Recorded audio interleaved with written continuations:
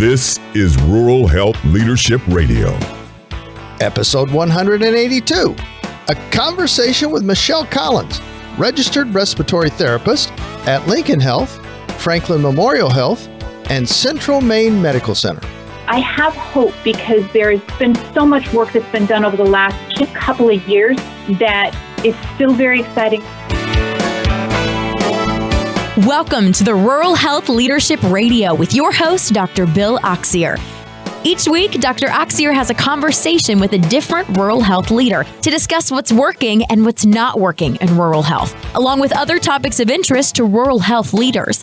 Rural Health Leadership Radio's goal is to improve health in rural America by providing a simple, no-cost means to share information and connect rural health leaders from around the country. And now, here's Dr. Oxier with today's guest.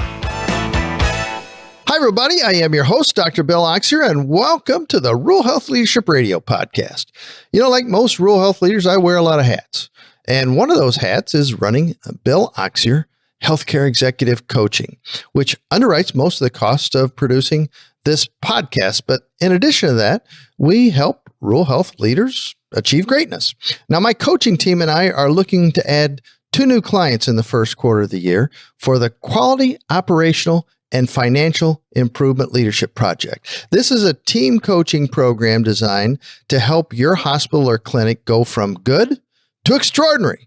Now, this program has a tremendous impact on the culture of the organization, on engagement of the employees, of leadership engagement, cash flow, profitability, and much, much more. So if you're curious or interested, just send me an email to bill@billoxier.com.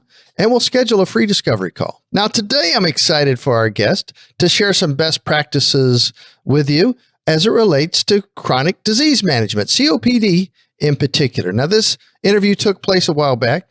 It was episode 4 of a 7-part episode series that the National Rural Health Resource Center put together for chronic disease management. And I want to thank them for allowing me to be a part of that and for making today's episode possible. Today, we're having a conversation with Suzanne Michelle Collins, a registered respiratory therapist at Lincoln Health, Franklin Memorial Hospital, and Central Maine Medical Center. Welcome to the Rural COPD podcast, Michelle. Thank you. Pleasure to be here. So, Michelle, tell us about yourself. Who is Michelle Collins? What's your story?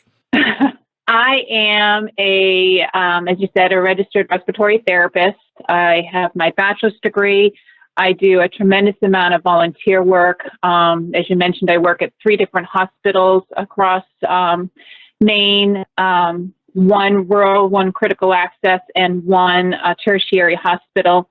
So I keep my hand in every pot, staying busy and keeping my skills up.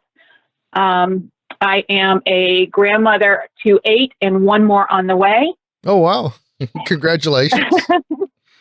Thank you.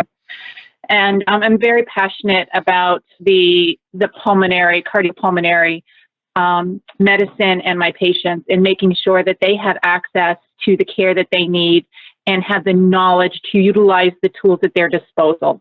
Very good. Well, thank you for your work at 3 different facilities and your care. And then congrats on being a grandparent. I just became a grandparent for the very first time. So I'm all into that right now. You know, I'm in that grandpa phase. So thanks for sharing that information with us. Michelle, what's your definition of leadership? I think Miles Monroe says it best for me. Leadership is the capacity to influence others through inspiration, motivated by passion, generated by vision, produced by conviction, and ignited by purpose. There's so many different definitions out there, and I think that was the one that spoke most to me as well-rounded. Yeah, and I like the way it started out there with being an influencer because, as a leader, you are an influencer. And so that's great. Thank you so much for sharing that with us. So why are you here with us today talking about COPD? Well, I'm hoping to help increase awareness about some of the gaps in our healthcare system that I continue to witness and hear about across the country that, and I hate to use this word, but it's really undermining our hard work and desire in providing the base treatment to our respiratory patient population across the country. Can you talk about that a little bit more? What do you mean by undermining? The core things that patients need when they're first diagnosed with a disease process, the base needs of understanding their medication, understanding their disease process, having access to their medication. We don't have those fundamental pieces in place consistently for our patients.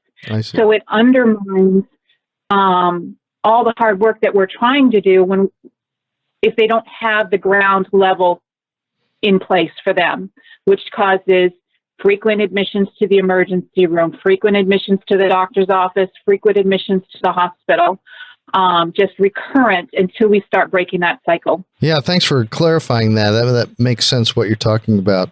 Can you give us a bit of a historical perspective of respiratory therapists and your role in treating COPD patients? Well, respiratory therapy is a relatively young profession in the grand scheme of things. We're about 70 years old. We started in about 1943 in Chicago as job-trained technicians. And then in the early 1950s, Illinois established the first Inhalation Respiratory Therapist Association. And it wasn't until the 1960s that we had our first registry exam, and that was in Minneapolis. In the 1970s is really when things really took off for respiratory therapy, and that's when we got our first credentialing and licensing was put into place. And it wasn't until 1982 that our first modern licensure law governing respiratory care came into place. During all that time, CMS was creating the first reimbursement codes. So because we were so young and undefined in that time frame, respiratory therapists were not included. So it's been a challenge along the way. I mean, we started as basically oxygen jockeys, and that's really what we were called, we were giving nebulizer treatments, and then technology just blossomed. And that's where we came in, all the heart, all the lung treatments, and kidney treatments, and all the technology. That is our profession. So currently, the base education for a respiratory therapist is an associate's degree. Now, with that being said, this is an intense, 2 full, all year round program where we become specialists in all aspects of the heart, the lungs, and the renal systems. There's no fluff classes, believe me. Okay. To put that into perspective, at the end of my 2-year associate's program, I was only 9 credits away from a bachelor's degree, just taking my 4 classes. Yeah. Our profession striving for a bachelor's degree to become the base education requirement with the goal of master's to be very similar to that of the occupational speech and physical therapists that are currently in the profession. Right now, very few therapists work in the outpatient spaces due to complicated reimbursement structures set forth by CMS. And this is all driven because of what I had mentioned before. We were growing, we were blossoming when they were putting codes in place. And it's hard, once things are established, it's hard to break that door back open. Oh, definitely. However, what is very exciting right now is as of May 2nd, we have a bill that's been introduced to Congress called the Breathe Act, HR 2508, that is going to help open that door. It is a pilot program, but it's going to help open that door so respiratory therapists can give specialty services in the outpatient and be more readily available than just in the inpatient spaces. Excellent. That sounds like a lot of progress there. It is in a very short period of time. Yes. Plus, I love, the older I get, I love the fact that you're calling 70 years old young. So I love that aspect of your story. And, I first started working in hospitals in the 70s. And I know that there was a couple of people called inhalation therapists that pushed around these little machines on an IV pole with some breathing tubes. Was that the? That was us. Yeah. Okay. All right. That was us. Yep. All right. Cool. Well, I guess I've seen part of that evolution take place. So thank you for sharing that perspective with us. From what I understand, there's some pulmonary rehab programs have been closing around the country. Can you talk about that? Yes, it's very unfortunate because pulmonary rehab programs, they train patients who are breathless and don't have strength to develop a tolerance and learn what they can do and how to modify their exercise program so that they can achieve that on a daily basis. In addition to that, they have classes with every meeting that they do to teach them more about their disease process, their medications, et cetera, how to access medications. There's so much value to that program. Unfortunately, it's underfunded, both by insurance, and the cost is expensive. The equipment that it takes. Most pulmonary programs are connected with cardiac rehabilitation programs because we use the same equipment and it's essentially the same thing. Budget cuts hurt. I have 3 pulmonary rehab programs in Maine that have recently closed down because we were doing so well with the program that they weren't seeing their readmissions and they needed the money somewhere else. So they took the money away from the program. Yeah. Who's taking the money away? Administrative. Wow. So it's a kind of a bit, it's more of a business decision, in other words? It's a budget cut. Yep. Yeah. Yeah. Okay. So the programs were doing well. Readmission rates came down, doing what it's supposed to do. Right. Yeah. And so we need to reallocate money somewhere else because we're not having a problem here. Wow. Lack of referrals is another problem. Awareness. Or patients there aren't that many programs available. Especially Maine is rural. Much of the United States is very rural. So being able to get to your doctor's office or get to the clinic that's the closest clinic to you is a 45-minute one-way trip. And that's average, 45 minutes to an hour one-way trip.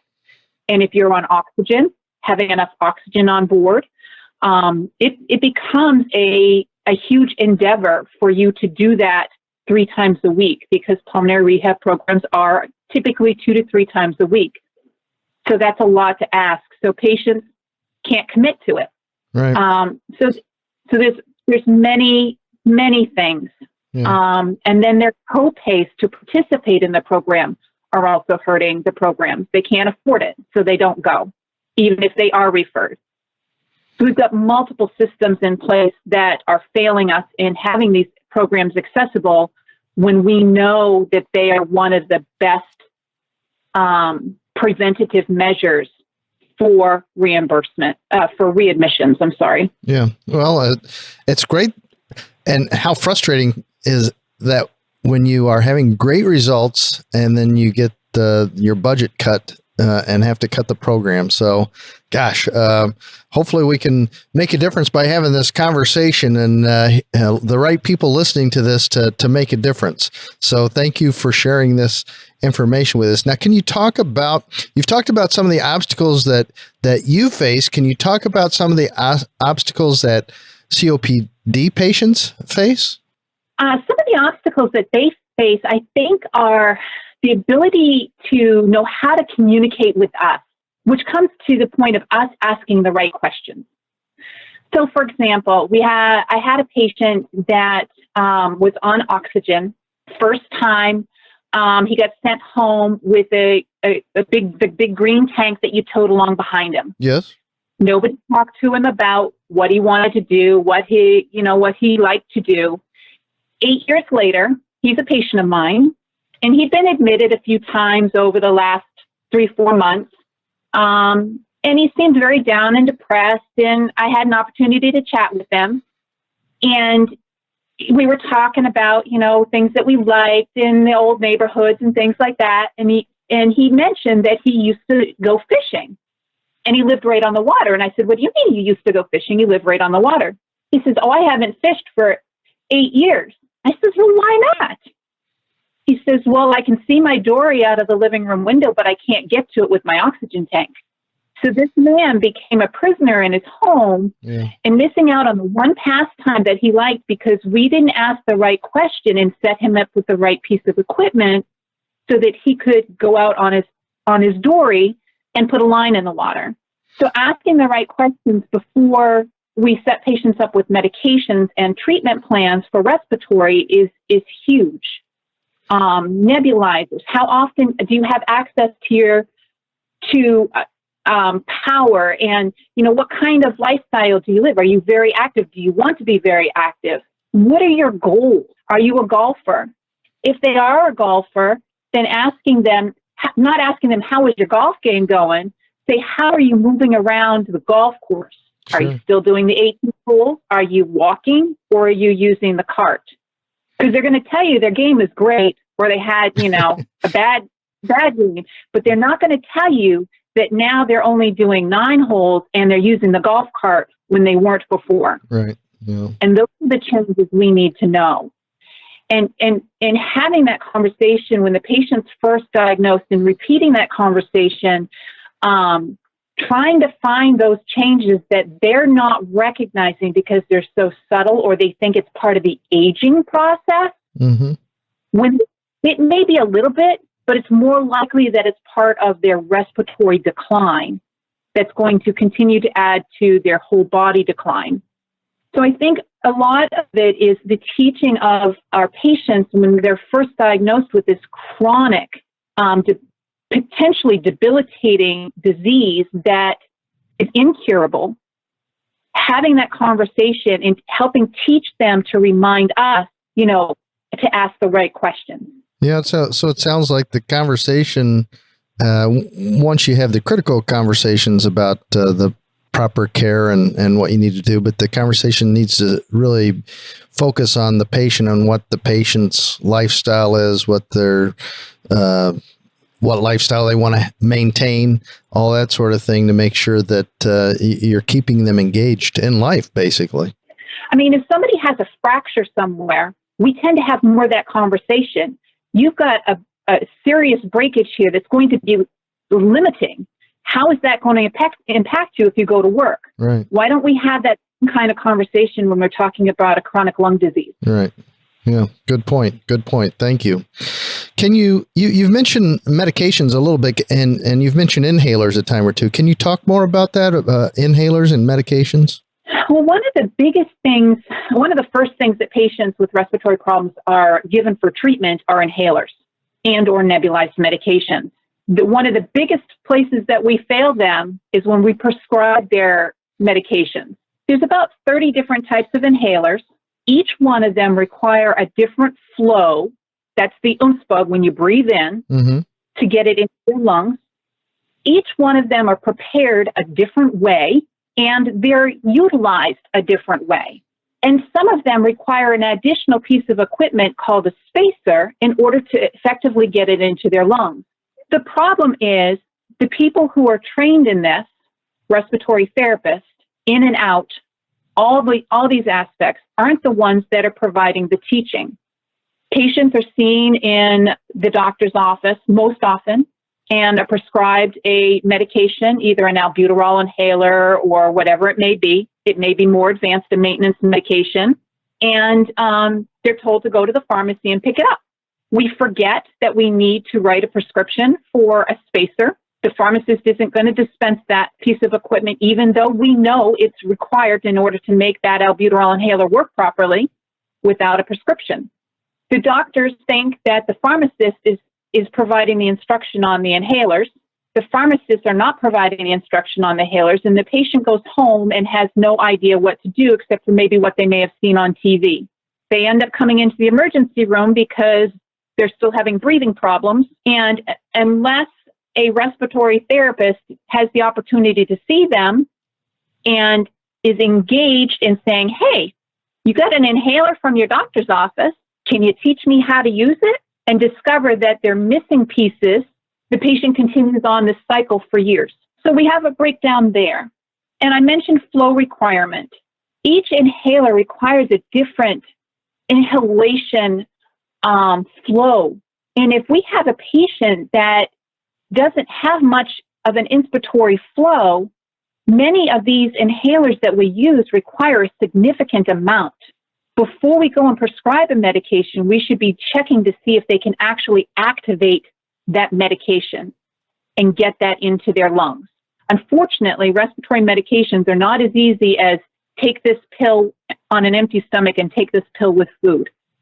It's very complex, and they need specific instructions, and they need to be trained on how to inhale on an albuterol inhaler as opposed to how to inhale on their maintenance medication inhaler, and what the difference is, and how to know when they've lost more inhalation capability, like they're tasting grit on their tongue. That means that it's not getting into their lungs. Gosh. Okay. That sounds kind of complicated. So, and if I'm understanding you properly too, okay, so if you, on your initial prescription, you get inhaler A, let's say, and medication A that goes with that. But then if for some reason you have to switch medication to medication B, that's not necessarily going to work with that initial inhaler you received, right? Correct. Okay. It may not. You may have a compatibility issue. The different technique, the technique you learned for inhaler A, 9 times out of 10 is not going to work with your inhaler B. Okay. And you have to completely learn a new technique. Gotcha. And do medications change? Is there much in the way of change of medications for COPD patients? There is. And that's another one of our problems. Patients need to be assessed for, is this medication regime still working for them? I mean, every day we age. So part of our aging process causes a natural deterioration. But if we have a cardiac event, or we have a respiratory event, say pneumonia or bronchitis, we've caused more damage to our respiratory system. And that can drastically impact the medications that we were using before may not be as effective now. So we need to reassess that on an annual basis, just like we would with somebody with blood pressure issues, somebody with cardiac issues, diabetic issues. We reassess and see, is this medication still working, or do we need to change it out? Yeah, boy, it sounds like you earn your keep by just focusing on inhalers and medications, in addition to all the other things that you do too. But that's very interesting. A little bit. Yeah. The other part is medication compatibility. There's more nebulizer medication out there, which is fantastic. But patients aren't being instructed that they can't all go in the same medication chamber for dispensing that medication. That in fact, that some of them can actually cause the second medication to be inactive. Oh my. When they go and use it, just from the little amount of residue that is still in that chamber. So even though that medication would work with that inhaler, it's going to be worthless because of the other medication. Right. So there's a lot of pieces to the puzzle, and it's very cumbersome, overwhelming. So it's not a one-time conversation. This is something that when we're meeting, every interaction that we're having with our patients, we need to engage a little bit of that conversation, know which ones are the big things, like saying, can you tell me how you're using your nebulized medication? Teach me like I've never done it before. So while you're checking their vital signs, ask those questions. Teach me how you're using your inhalers. And you can pick up on things and then do an education moment, which is what I try to do. I may be seeing a patient to do an EKG in the emergency room, but I've quickly looked at their history and saw that they have COPD or asthma. So I engage in a little conversation, and I might find something that's missing, and I try to bridge that gap. Every interaction is an opportunity, even if it isn't a direct respiratory intervention initially. Yeah, it all goes back to what you were talking about earlier, about the obstacles that COPD patients face, and that's where you need to have the conversations focused on the patient, so and asking the right questions. Very interesting. Thank you for sharing this information with us today. You know, I think you've established the fact that as a registered respiratory therapist, you are on the front line with your patients. So what can the rest of us do to help? I think the biggest thing is looking at the team that we have. As I said, respiratory therapists aren't in the outpatient spaces, not because we don't want to be, because of a reimbursement issue right now. Okay. So we're not readily there. So looking at what you have for a team, is your team qualified in the training? Are they effectively qualified in the training? In your clinics, where you're making your prescriptions for your medications, do you have a system in place that once you write that prescription, that the patient can then go back and get some education before they leave your building? Do you have that in place? And are those people trained? A lot of hospitals have gone to respiratory therapists are not doing the inhaler treatments in the hospitals because we have gotten so busy with the critical patients that there's not enough time. So we're missing out on that double checkpoint. So the nurses are giving that. So if the nurses are doing the treatments, are the nurses adequately trained in the inhalers so that they are providing that training to the patient? Or do you have a system in place to bring a respiratory therapist in and say, hey, this patient needs extra training on their inhaler. We know they're not utilizing it properly. Sometimes the pulmonary function labs will do inhaler training. Call your local hospital and say, is there a respiratory therapist that can come out to our medical assistant luncheon and do a skills lab training for them? There's a lot of ways we can facilitate getting this training out there. And I'm not trying to give my job away by any means, but we can bridge gaps and meet the patient's needs if we're looking at our systems, making sure we've got the skills, we're providing the patients with the skills to make this happen, looking at our systems. Are we asking the right questions? Absolutely. And, if we look at what you're talking about, so sometimes you as a registered respiratory therapist, you're spread too thin just with your workload to do some of the things that you'd like to do to take care of your patients. And we also know that there are a lot of hospitals and clinics, doctors' offices, particularly in rural America, that don't even have a respiratory therapist like you or anybody on that staff. So, obviously you talked about how you could do training, but what if there's not somebody like you around? What do you recommend that those hospitals, clinics, doctors' offices do to keep their staff up to date with respiratory medication training? Well, if we're not in the building, and as mentioned before, I do a lot of volunteer work. There are respiratory therapists in the state, and you have a respiratory therapist society within the state. So worst case scenario is you reach out to your respiratory society and say, hey, I'd like to get somebody to come in and do some training. More often than not, all of these clinics now and all of these rural hospitals are connected with a mother hospital, a tertiary hospital. And you can reach up and ask, say, hey, talk to the director, talk to the manager at those facilities and say, hey, do you have somebody that could come out and do some education and provide a skills lab or help share some information with us and help us keep our skills up to date?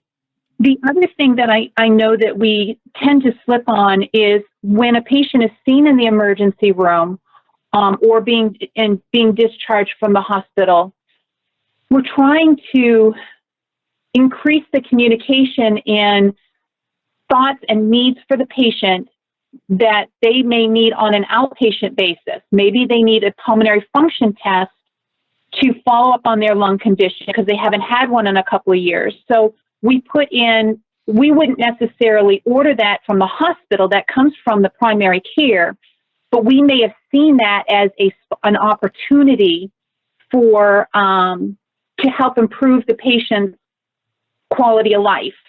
So somehow finding a way that when a patient is seen from an emergency room and their discharge note comes to the clinic or the medical facility and or the hospital discharge note, is seeing those thoughts and concerns and trying to put those to action for the patient. I know they get inundated with emails and through the electronic medical systems as well as faxes. And I've been there, I've done that. It's hard, But somehow we've got to create a system where we're looking at that, because hopefully we're all pieces to this circle, this continuum of care. And if we're catching that and we're sharing that information, somebody's got to be there to pick it up. Very important information. Thank you. We're getting close on time, but I do have to ask you about reimbursement, because money has been brought up here as budget cuts and that sort of thing. Can you just quickly talk about reimbursement a little bit? So there is reimbursement. If you do have a respiratory therapist on staff, or if you want to have a respiratory therapist on staff, and or if you find that you need to do inhaler education or diagnostic education, there is reimbursement available. It's tricky. I'm not going to lie about that. The wording is tough, but it is there. The CMS coding, when you look at your coding book, there is reimbursement available for outpatient and inpatient settings. The biggest thing is document. While I was talking with the patient, I discovered the patient does not have a spacer for their MDI inhaler. Discovered that the patient was not preparing it properly, therefore not getting their medication. Patient was instructed, and you go through and you document what the patient was instructed with, that they returned demonstrated, you gave them a handout on it, you dispensed a spacer to them if you had them available in your facility, which in the hospital we do. And that is a reimbursable event. You just need an order from the physician to support you, and you document it, and it's reimbursable. And whether they're there for a respiratory issue or they're there because they have a fractured ankle, if you've documented that intervention and you've proven it, you will be reimbursed. Great information. Thank you for sharing that with us. Michelle, what scares you the most about the future of COPD care? Oh, what scares me the most is, despite all our conversations and putting systems into place regarding proven best practices, that there'll be little or no change. That scares me the most. I continue to see issues with reduction of physicians' face time with patients. They're down to 10 to 20 minutes, and they're looking at the entire body to cover all their medical issues and follow up on existing medical history. Reimbursement, staff training, this is always a challenge, has always been a challenge. I've been in healthcare for 30 years. That's not going to go away. Asking the right questions in the right way, if we don't learn to do that, it's just going to be an endless cycle. Yes, yeah. And looking at exposure history, COPD is much more than they smoked. Work exposure, were they a welder? Were they a firefighter? Did they work in restaurants, especially through the 80s and 90s and earlier than that? Hairdressers, shipbuilders, factory workers, your cleaning staff, all these repetitive exposures, we need to be addressing them, not just because they had a smoking history, although that's important, but there's more people out there that we're missing. And then just getting everybody on the same page. I'm seeing to the extreme where physicians are writing down a diagnosis of COPD because they have a smoking history, but they've never been screened. Or that they're ordering a pulmonary function test because they're at risk, but they're still in the hospital, they're still in a flare-up, and they're still on steroids. That pulmonary function test is not going to be showing what their lung condition is. It's showing what their illness is with steroids on board at this time. So it's not a value. If we're not all on the same page and if we don't all have the systems in place for proven best practices, we're going to lose the trust and respect we have worked so hard to attain with our patients, their family members, community, and colleagues. And our patients are going to suffer for our failure. So the National Action Plan is so very important in all the continued work in getting a structured plan in place on diagnostic and treatment. I can see why that scares you. So let me ask you the other side of that question. What gives you hope? What gives me hope are all the groups and organizations that are working together. And just to name a couple, the COPD Coalition, the COPD Foundation, the Alpha One Foundation, NHLBI, HRSA, all the work that you've been doing with these podcasts to bring a community together, create a national COPD action plan, and continue to work together every day to formulate systems and structures that can be utilized and put into a specific structure for each facility, because everybody works a little bit differently. Everybody has to tweak things just a little bit differently, whether you're at a large hospital, small hospital, rural access, or medical clinic. It needs to be tweakable.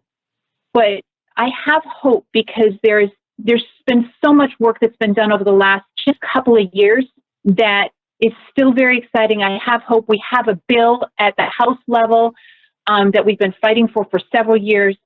So there is hope.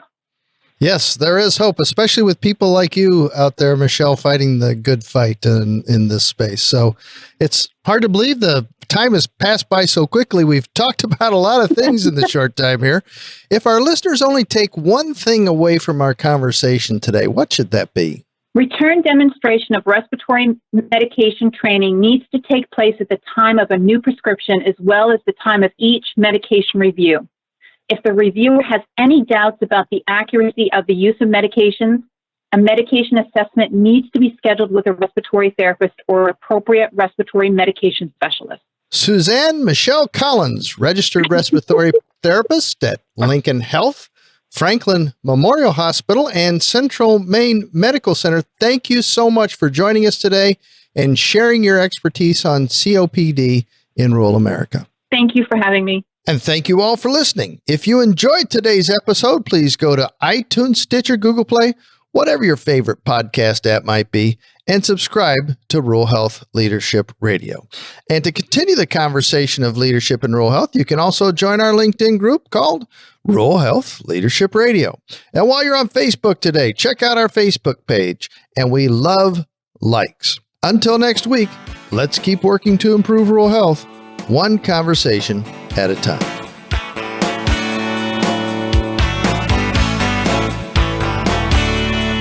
If you would like to connect with today's guest, please send an email with your contact information to bill@billoxier.com. If you would like to be a guest or suggest someone else as a guest, have a question you would like to ask, or simply want to contact Rural Health Leadership Radio, please use that same email address, bill@billoxier.com. That's BILL@BILLAUXIER.com. You can also visit our website at www.rhlradio.com. And we'd ask that you please support our sponsor, the Dynamic Leadership Academy for Rural Health. The Dynamic Leadership Academy for Rural Health's mission is to improve rural health, one leader